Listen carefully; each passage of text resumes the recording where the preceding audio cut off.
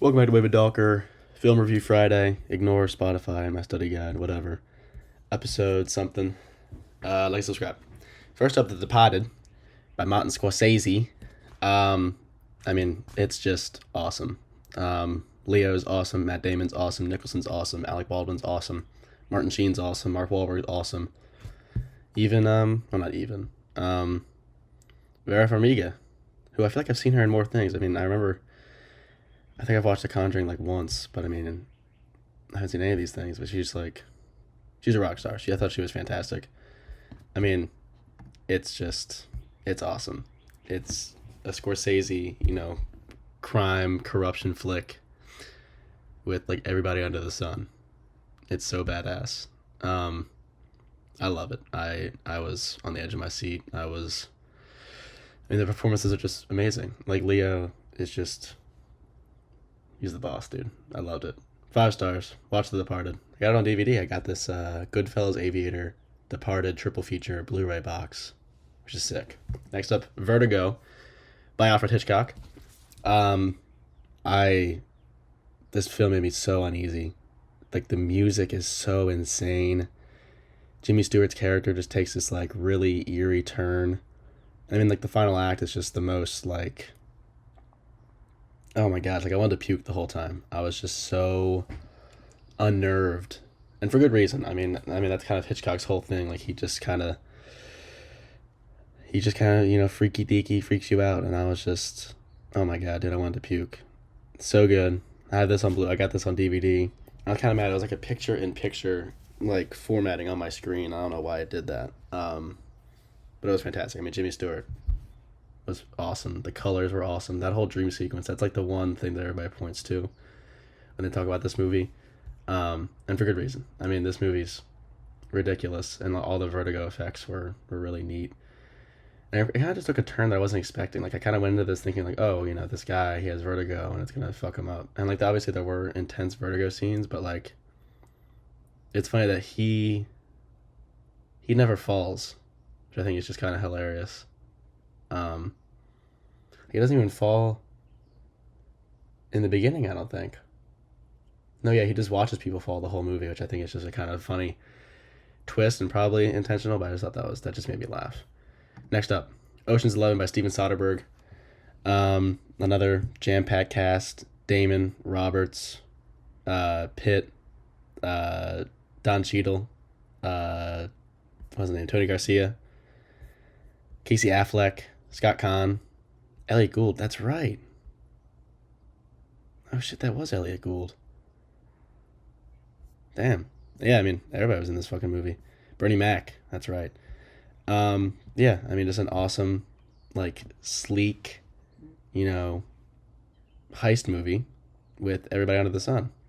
Like Clooney, badass. Brad Pitt, always eating something. Damon, kind of still like in that young, like cocky kind of era that he was always in. Not always in, but in for those first, from like 95 to like 2005. It was just fun, very exciting, and like the whole how they did it at the end was just very fun to watch, because like you're watching Pitt call Garcia, and like, how is he doing this? And then everything comes together. I thought that was just really neat. And there's like 8 more of these. I don't know if I'll watch those. I might, but this first one, super sick. Next up, Field of Dreams by Phil Alden Robinson. I'm curious if I've seen him in anything else. No, Band of Brothers. I need to watch that. Oh, he's only made 8 or 7 films, and Field of Dreams is one of them. How about that? Kevin Costner, Ray Liotta,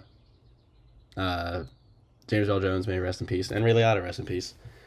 This is like probably like the quintessential baseball movie, I want to say. Like, I feel like everyone points to this as being like the baseball movie. Like, my favorite is probably Moneyball or Rookie of the Year.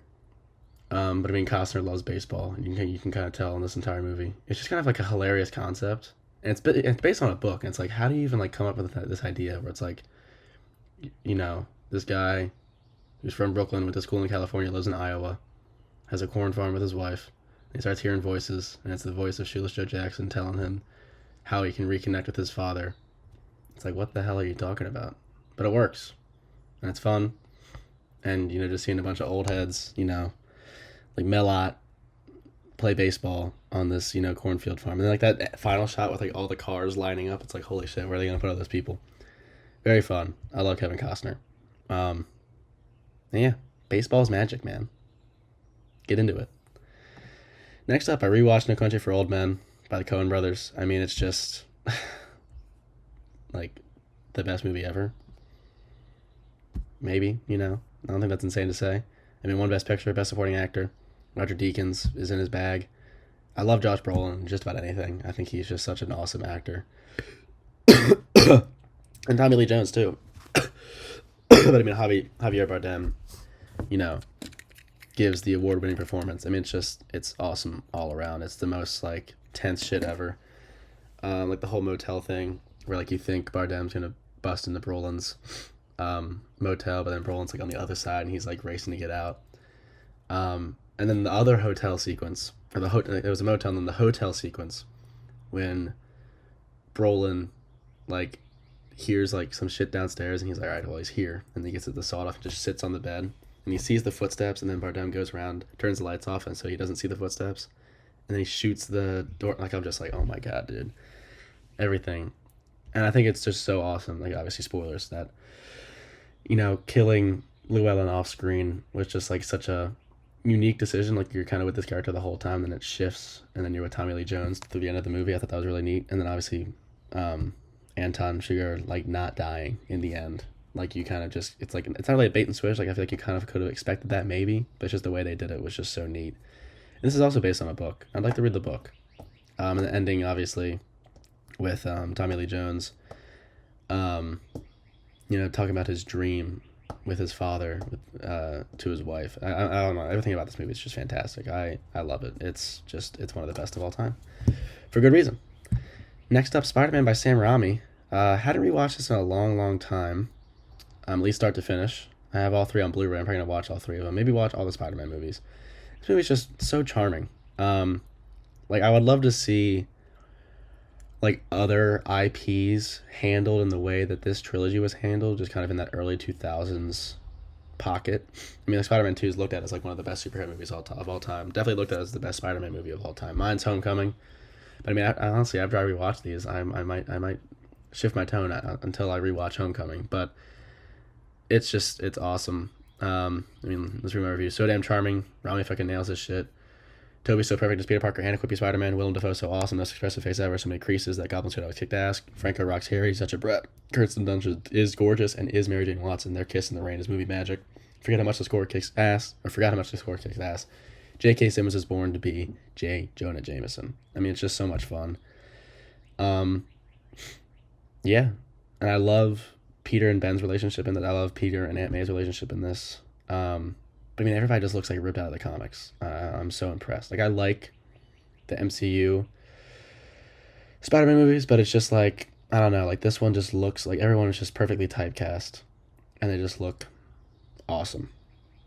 I'm excited to rewatch Spider-Man 2, because I haven't seen that one in a while either. Honestly, I think the one that I rewatched the most was Spider-Man 3. Like, growing up, I was like, oh, Venom and Sandman. And, Harry's Green Goblin, just so much fun. But, I mean, Spider-Man is just so awesome. Next up, Licorice Pizza by Paul Thomas Anderson. This movie's fucking amazing. This is the last of the Paul Thomas Anderson films that I hadn't seen. And, honestly, this might be top 5. I mean, he's only made, like, 8 or 9, but still. Bradley Cooper, man, as John Peters is probably, like, my favorite 10 minutes of screen time in, like, any movie I've watched ever. Like, it was just perfectly made for me. I think he's fucking hilarious the entire time in this movie. It's like, I'm not a stupid idiot, fuck it. Like, he's just, like, threatening Gary, like, saying, like, I'm gonna choke, is that your brother? I'm gonna choke out your brother. I'm gonna kill your entire family if you fuck up my house. He's just so fucking, and he just walks, like, when he's, like, walking over to the gas pump and just throws the fucking carton at the guy and says, I got the pump now, what are you gonna do? And he has the lighter. Like, he's just firing on all cylinders. Cooper Hoffman's amazing. What's her name? Something Haim. Is it Elena Haim? Yeah, Elena Haim. Well, they all have the names of their... Yeah, I mean, Sean Penn, Benny Safdie, Skylar DeSoto, bien. It's just awesome. Like, it kind of starts off a little slow for me, but then the second and third act just kind of like fucking rock out for me. Like I'm just like, dude, so fucking good.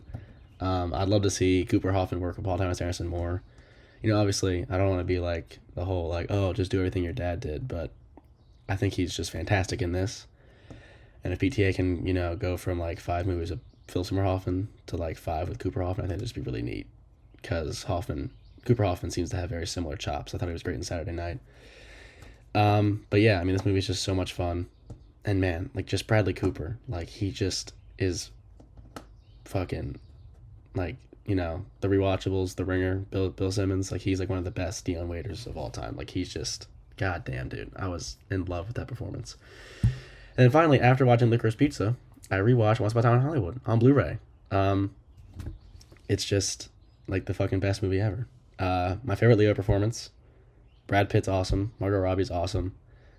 Al Pacino, fucking like Kurt Russell. Like everybody's in this movie. But I mean, I think Leo just kind of is the shining star. Like Rick Dalton is like one of my favorite characters of all time. Like his whole breakdown in the trailer. It's like, God, eight goddamn fucking whiskey sours. You're gonna decide what one to do.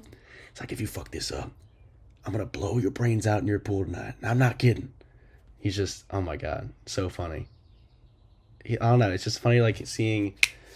Because I feel like Leo, especially like recently at least, like if he's never really played like this kind of like he's obviously not a fuck up. He's an incredibly successful actor, but I feel like I never really see him play this guy who's just kind of like teetering, and like I mean when he's crying like, I gotta make goddamn Italian movies. That's why. And he's like, nah, come on now, don't cry in front of the Mexicans. It's awesome. And I mean Tarantino is just one of the best writer directors ever. Like his dialogue is just ridiculous.